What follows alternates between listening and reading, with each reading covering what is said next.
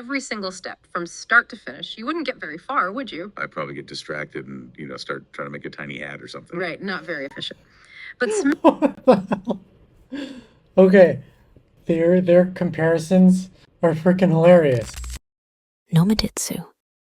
Hey guys, so I saw this tweet from Google Labs about the new NotebookLM audio overview feature, and I got to try it out and I was just blown away. It kind of feels the same way when Sora came out or when I heard my first Suno track, and it just felt like a magical experience. Something different has changed and there's a new AI presence in the world. So here's the article that they announced this feature with, and it lets you listen to a conversation about your sources. So yeah, we build NotebookLM to make sense of complex information.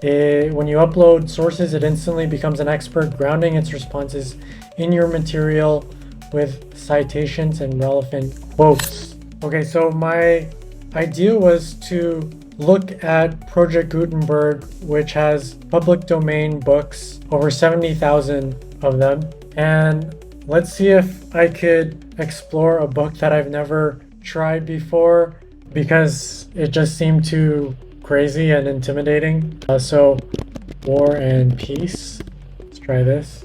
So we have War and Peace by Leo Tolstoy. Let's just check to see what it looks like if it's in English. Look at this thing.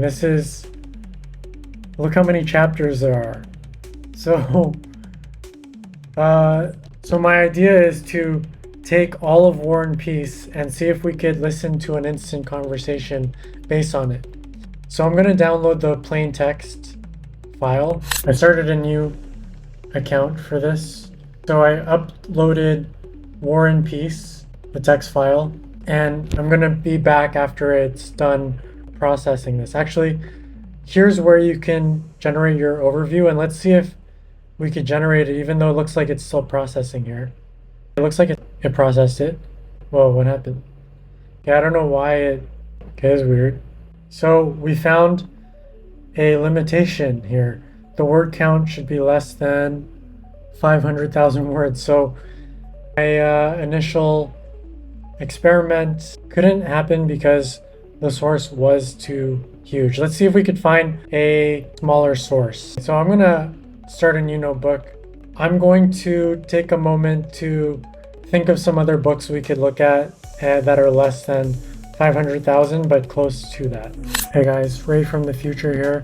So what I did was I looked in Perplexity to find something on Project Gutenberg that was pretty long, and I wanted something that was nonfiction. So I found The Wealth of Nations. It's not as long as Tolstoy's War and Peace, but it's 131,000 words approximately. And to put that in comparison, Harry Potter and the Philosopher's Stone is about 76,000 words. So it's about 70% longer than the first Harry Potter book.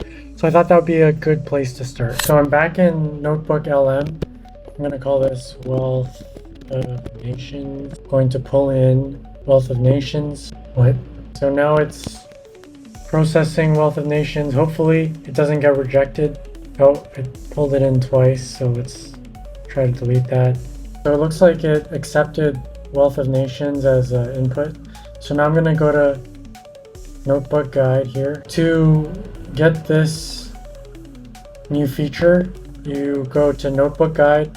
Then you're going to see this audio overview section and you hit generate. And now this will take a while depending on how many sources. I've tried it with multiple sources, and yeah, it really just depends on how much content it has to process. But I'll check back in once it's ready.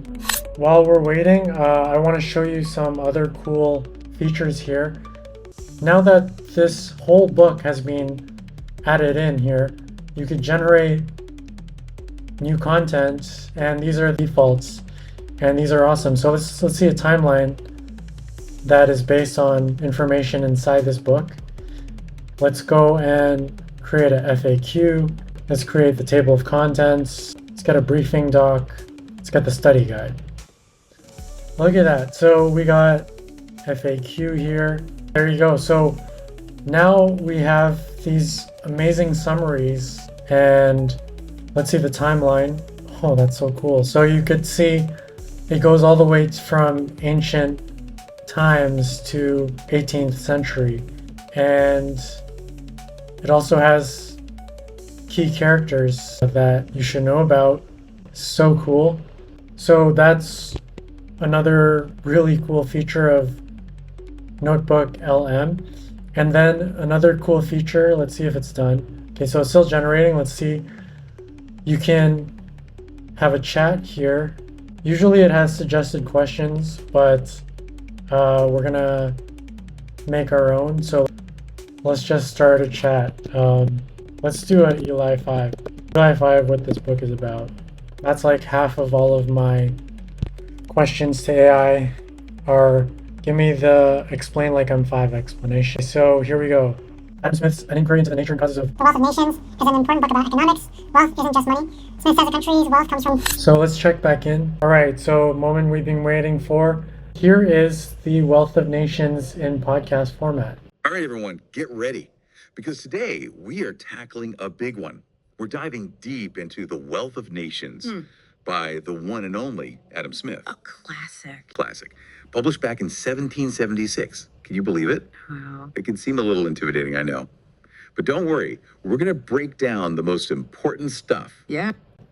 Like, just from that intro, it sounds so cool to hear their back and forth, and even just like small little reactions like, yeah, whoa, okay, let's listen to that again. All right, everyone, get ready. Because today we are tackling a big one. We're diving deep into The Wealth of Nations by the... That little, it's just like, it's such a small thing, but it makes it feel so much more natural and conversational. one and only Adam Smith. A classic. Classic. Also, I love their intonations and everything. Like, it's not some dry commentary like mine, but it's full of emotion. Published back in 1776. Can you believe it? Wow. It can seem a little intimidating, I know. But don't worry, we're going to break down the most important stuff. Yeah. The ideas are still shaping our... That was kind of funny. Yeah. Like, her reaction is like, okay, it's kind of a boring topic, but she's making a effort to be excited. Also, I want to call out that this is a 15-minute podcast, instantly generated. Let's see how long. Like, I don't know if I'm going to play the whole thing. I'll probably listen to it, the whole thing, but I don't know if I'll record it. world today. You'll walk away with some serious aha moments. Get ready to impress your friends. Exactly. What's fascinating is that Smith was writing during this time of huge change. I mean, revolutions were happening, ideas were evolving, and his ideas were considered radical even then. Really? Oh, yeah. But when you dive into The Wealth of Nations today, you see how insightful he really was. His observations about how societies grow and thrive, they're more relevant than ever. So, it's about wealth, right? But it's not just about, like, hoarding piles of gold like some kind of dragon, is it? Smith had a different take on what makes a nation truly wealthy, didn't he? Absolutely. One of the most important ideas in the book is the power of specialization. Smith called it the division of labor, and he illustrates it with this really detailed example. It's all about a pin factory. Imagine trying to make a pin yourself. Every single step, from start to finish. You wouldn't get very far, would you? I'd probably get distracted and, start trying to make a tiny ad or something. Right, not very efficient. But Smith... What the hell? Okay. These, like, their comparisons are freaking hilarious. Like, I would get distracted and make a little hat. Come on. Smith observed something really interesting. When you break down the pin making process into smaller, specialized tasks, and you get different people focusing on each task, production explodes. It's counterintuitive, but it's true. So it's better... Like, the little interjections, like, while she's talking. Production explodes. That's so crazy. to be really good at one specific thing Yeah. than to try to do everything yourself. Exactly. And this idea, this division of labor, it's not just about factories. Oh, It no. applies to, well, everything. Really? Think about a restaurant. You've got chefs, servers, dishwashers, right? Each with their own specialized role. And they all come together to create, hopefully, a seamless dining experience. I see what you mean. Or think about doctors, nurses, technicians. I also saw that there is a speed. So this is a long podcast, so let's speed through it. All specializing to provide the best possible care. So this specialization thing is like woven into the fabric of how we function. It makes you look at the world a little differently. But how does it all connect back to Smith's ideas about wealth? That's the really brilliant part. Smith argued that this division of labor, the specialization, is the key to boosting productivity and creating more wealth for everyone. When we can each focus on what we're good at, honing our skills, becoming more efficient, the whole economy benefits. A rising tide lifts all boats. Exactly. And this leads us to one of Smith's most famous and often misunderstood concepts, the invisible hand. Ooh, mysterious. I know, right? But it's not about being greedy or self-serving, as some people think. Okay. It's about how when we pursue our own interests, within a free market, of course, we can actually benefit society as a whole, even unintentionally. Okay, I need an example. Sure. Let's say you love making pottery, I do love pottery. and you decide to sell your mugs online. Okay. Like the little things like that. Like I love pottery. It just feels so it's so much better than just listening to text to speech from an AI generated summary. To be successful, you need to make great mugs that people want. You need to price them competitively. You might even invent new designs or techniques. Right. Now, you're not doing this out of pure altruism, right? Probably not. You want to make a living, express your creativity. But in the process of pursuing your own passion, you've created something desirable. You're contributing to the economy. You're even bringing joy to coffee drinkers everywhere. Wow, I never thought about it like that. It's this chain reaction of good stuff happening organically. So everyone wins. Not always. There are definitely nuances, and we'll get to those. But Smith argued that this system, where individuals pursue their own interests within a well-functioning market, it's what drives innovation, efficiency, and ultimately the creation of wealth. That's pretty amazing when you think about it. And Smith was writing about this back in the 1700s. I know. Can you imagine what he would say about today's world? Global online businesses, international trade, the works. It's incredible, and it all goes back to that same fundamental. Like I don't think there's anything in the source material about today's world. So it's just wild that they're referring to the current day and relating it to this source material. It's just really strange. Principle, specialization. That's what- And that actually brings us to another key idea from Smith, the importance of expanding markets. Or as he put it, the extent The market. he argued that the bigger the market, the more opportunities there are for specialization, innovation, growth. Okay, so we got inmakers and potters all driving this engine of wealth through specialization and invisible hand. But let's get down to brass tacks. Wages, profits, rent. What does Adam Smith have to say about those things? This is where it's really interesting. Smith goes deep on the factors that determine wages, why some jobs pay more than others. It's not just as simple as supply and demand. Oh, really? Yeah, it's more nuanced than that. Smith identified several key factors. Like what? Well, first off, the nature of the job itself. Some jobs are just riskier, more dangerous, or honestly just plain unpleasant. People Like the way they talk, the intonations and the inflections, the emotion, it just makes it so much more engaging. are going to demand higher pay for those jobs. Yeah, you're not going to find many people lining up to clean up toxic waste unless the money is really good. Exactly. Another factor is the training and education required. Jobs that require years of schooling, specialized knowledge, or really honed skills, those jobs usually command higher wages. So education pays off, literally. You got it. It's about the investment of time and resources it takes to develop those skills. Smith also talked about trust as a factor. Trust? Yeah, jobs that come with a lot of responsibility, where people are trusted with valuable assets or confidential information. Those roles often pay more because employers are essentially paying a premium for trustworthiness. Right, you don't want to skimp on security when you're dealing with like state secrets or something. Exactly. Okay, so what's really weird is this bar isn't working. Usually it does. I don't know if it's just because this is such a long podcast that it wasn't designed for that or something, or it's glitching out. Exactly. And then Smith adds this fascinating layer to the conversation: honor. Honor, the job market. Yeah, like social status attached to certain professions. Okay, this is interesting. So some jobs, even if they don't require tons of skill, are just seen as more respectable. Like what? Well, back then it might have been something like a clergyman. I see. Today, maybe it's, I don't know, a CEO or a famous entrepreneur. These jobs might not always be the hardest, but they carry a certain social weight, a perception of prestige, and that can influence wages too. It's like how society values different types of work. Exactly. And Smith was really attuned to that. Fascinating. So we've got risk, education, trust, even social status, all playing into how much people earn. Right. And it's amazing how these factors still resonate today. They do. And, you know, when you think about those factors, it adds a whole other dimension to conversations about income inequality. But let's move on for now. We've talked about wages. What about See, they raise these points and like they're about to digress, and then they get back on topic. it adds a whole other dimension to conversations about income inequality. But let's move on for now. That's so cool. That other hot topic, land ownership. Ah, yes. Well, Smith had some thoughts on that too. I bet he did. What did he have to say about the whole landlord-tenant situation? Well, he pointed out that both landlords and tenants are trying to maximize their own gain naturally, which often creates tension. Right. Landlords want to charge as much rent as they can. And tenants, especially those working the land, want to keep as much profit from their harvest as possible. A classic economic tug of war. Exactly. And this dynamic, it's not just about farmland, right? Think about affordable housing in cities, Oh, yeah. the rising cost of rent, the challenges facing small businesses. These are all echoes of the same dynamic Smith was writing about. It's incredible how these fundamental economic principles still apply today. They do, don't they? And speaking of fundamental principles, there's another key concept in the Wealth of Nations we should discuss. And I love those transitions where they're making the connections between the ideas and progressing the conversation by connecting the ideas and segueing smoothly to the next idea. Also note that you could download this for your reference. I'm surprised that they don't turn this into a note as well. That's probably a feature that's coming, but I would love to see the transcript of this and then use that as further content, because I love knowing the different angles and questions that they ask based on the content and like the way they go back and forth. It kind of gives a lot of ideas for content creators on questions to ask about their material or takes or angles they could approach their material.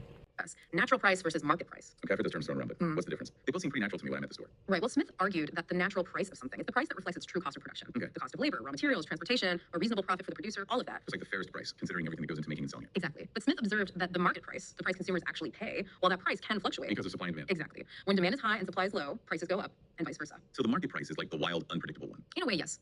And Smith was particularly concerned about situations where the market price was way higher than the natural price, because to him that suggested something was interfering with the free market's ability to reach a fair equilibrium. Something like monopolies. Exactly. Monopolies, yeah, that makes sense. Where a single seller controls the market. Or things like government interference, distorting prices. Right, those external forces that can mess things up. Exactly. And this gets to the heart of Smith's philosophy. He was a big believer in the power of free markets. Yeah. He argued that markets, when left to themselves, could regulate themselves. Okay. That they could find a natural equilibrium between supply and demand, leading to fair prices and efficient allocation of resources. And too much government intervention throws a wrench in that whole system. Exactly. He argued that when governments interfere too much with trade, it often leads to unintended consequences, to this natural flow of goods and services. So it's no surprise then that Smith wasn't a fan of the economic system that was popular in his day, mercantilism. Mercantilism is all about nations hoarding wealth, trying to amass as much gold and silver as possible. Right, like the more gold you have, the richer you are. Exactly. And to do that, they would heavily protect their own industries, putting up tariffs, restrictions on trade, all sorts of barriers. Trying to keep all the good stuff for themselves. Exactly. And Smith saw this as a recipe for disaster, basically. Oh, yeah. He argued that this kind of protectionism ultimately hurts everyone. Well, it stifles innovation, for one thing. When countries are so focused on protecting their own industries, they're not incentivized to innovate, to become more efficient, because they don't have to compete as much. That makes sense. And it also leads to higher prices for consumers. When there's less competition, businesses can get away with charging more. Right, because consumers don't have any other options. Exactly. Smith saw free trade allowing goods and services to flow freely between nations as the key to unlocking prosperity. So kind of the opposite of mercantilism. Exactly. He argued that free trade would lead to greater specialization. Because countries could focus on what they were best at producing. Exactly. It would lead to more competition, Yep. which would drive down prices for consumers. Yeah, I would love to see the transcript on this. I'm surprised that there is no option for that here, but my first instinct is to download this and then put this into a audio to text format so I could see the progression of the conversation and pull out some highlights. And it would encourage innovation and efficiency. Because countries would need to constantly up their game to stay competitive. Exactly. It's all connected. And this idea, which seems so obvious now, it was actually pretty revolutionary back in Smith's day. It was a radical departure from the prevailing economic wisdom. And you know what? It's an idea that's still debated and grappled with today. Really? I thought free trade was like the dominant economic model now. It is, in many ways. Yeah. But there's still a lot of debate about the best way to implement it. How to ensure fairness, how to protect workers and the environment. Right, those are important considerations. Absolutely. Think about So again, they're acting like real modern hosts that are alive today, and they're relating it from today's perspective to the source material where, as far as I'm concerned, that's like the 1700s. It's definitely in the past. So how are they having this conversation about today's world? It's just really interesting. modern trade wars, protectionist policies. Those are all echoes of the same debates that were happening in Smith's time. Wow, so Smith was really ahead of his time in a lot of ways. He was a visionary thinker, no doubt. Yeah, we've been talking a lot about trade and markets and all of that. But there's one more thing I wanted to touch on before we wrap up. Smith's views on colonies. Yes, a fascinating and often overlooked aspect of his work. Because it seems like he had some pretty progressive views for his time. He did, especially considering the historical context. Right, like colonialism was just the way things were back then. Exactly. But Smith was critical of the way European powers were exploiting colonies for their own gain. Really? In The Wealth of Nations? Yeah, he actually devotes a whole chapter to it in book 4. Wow, I had no idea. Yeah, it's chapter 8, and in it... Hey guys, Ray from the future again. I just wanted to call out, I love how they make references to chapters and specific parts of the book, but they do it in a conversational way instead of just boring footnotes or citations. He really challenges the prevailing view of colonies. Which was that colonies existed solely to serve the interests of the colonizer, to provide raw materials, cheap labor, a captive market for their goods, that sort of thing. Right, basically just exploiting them for their resources. Exactly. But Smith saw things differently. How so? He argued that colonies should be treated as equal trading partners, Okay. not exploited for their resources. Interesting. He believed that a system of mutually beneficial trade, where colonies were free to develop their own industries and trade freely with other nations, that would ultimately lead to greater prosperity for everyone That's involved. pretty radical for the 1700s. It was incredibly forward-thinking, and it really speaks to Smith's belief in the power of free markets and the importance of treating all participants fairly. So in a way, he was advocating for a more ethical and sustainable form of globalization, centuries before it became a mainstream idea. In a sense, yes. He recognized the potential for colonies to become prosperous and independent nations in their own right, contributing to the global economy through trade and innovation, not just subservience. It's remarkable how relevant Smith's ideas remain, even centuries later. They really do. His work continues to spark debate, challenge assumptions, and shape how we think about economics in the world around us. Well said. Well, that's about all the time we have for today's deep dive into the wealth of nations. Mhm. I don't know about you, but I feel like I've learned a ton. Me too. It's always fascinating to revisit these classic works to see how I love that. Like, me too. And just how reflective that sounded. I don't know about you, but I feel like I've learned a ton. Me too. Like they just had a really in-depth conversation. They can still shed light on the complexities of our modern world. It's like having a conversation with one of history's greatest economic minds. So to wrap things up, what are some of the key takeaways from The Wealth of Nations? What can we as individuals navigating this complex economic landscape, what can we learn from Adam Smith? Well, I think one of the biggest takeaways is the power of specialization and the division of labor. Smith showed us how focusing on what we're good at and allowing others to do the same, how that can lead to incredible increases in productivity and overall wealth. It's like that old saying, two heads are better than one. Okay, are they trolling us? They just said two heads are better than one, and that is just my sentiment on this. Like, just having two external AIs talking back and forth, bouncing ideas, it's definitely two heads are better than one there. Exactly. And I think another important lesson is the power of free markets. Smith argued that when markets are allowed to operate freely with minimal government interference, they can be incredibly efficient at allocating resources and creating wealth. But it's important to remember that Smith wasn't advocating for complete laissez-faire economics, right? Exactly. He recognized the need for some government regulation to ensure fairness, to prevent monopolies and other abuses of the system. So it's about finding that balance between individual freedom and collective responsibility. Precisely. And finally, I think Smith's work reminds us of the importance of constantly questioning our assumptions, of being open to new ideas, of always seeking to deepen our understanding of the world around us. It's about being curious, engaged, and willing to learn. Exactly. And on that note, we'll leave you with this final thought. If Adam Smith could time travel to 2024, what aspects of our modern global economy would he celebrate?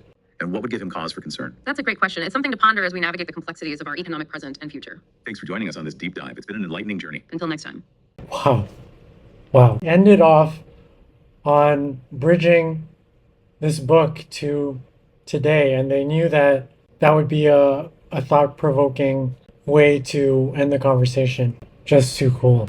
So what really stands out to me is that it feels like a whole new form of AI content. I remember there were early attempts at AI podcasts where it was like Joe Rogan interviewing Steve Jobs, but you could still tell it was AI, and it felt like just turn-based responses.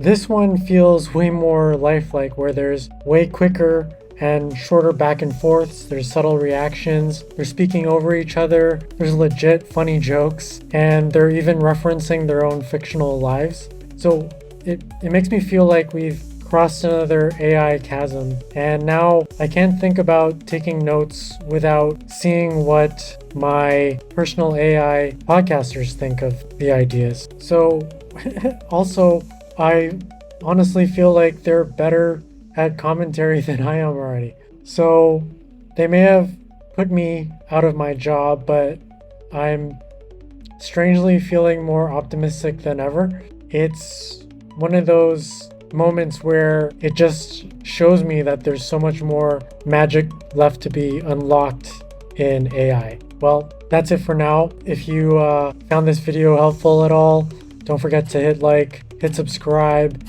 and I'll see you in the next video. Nomaditsu.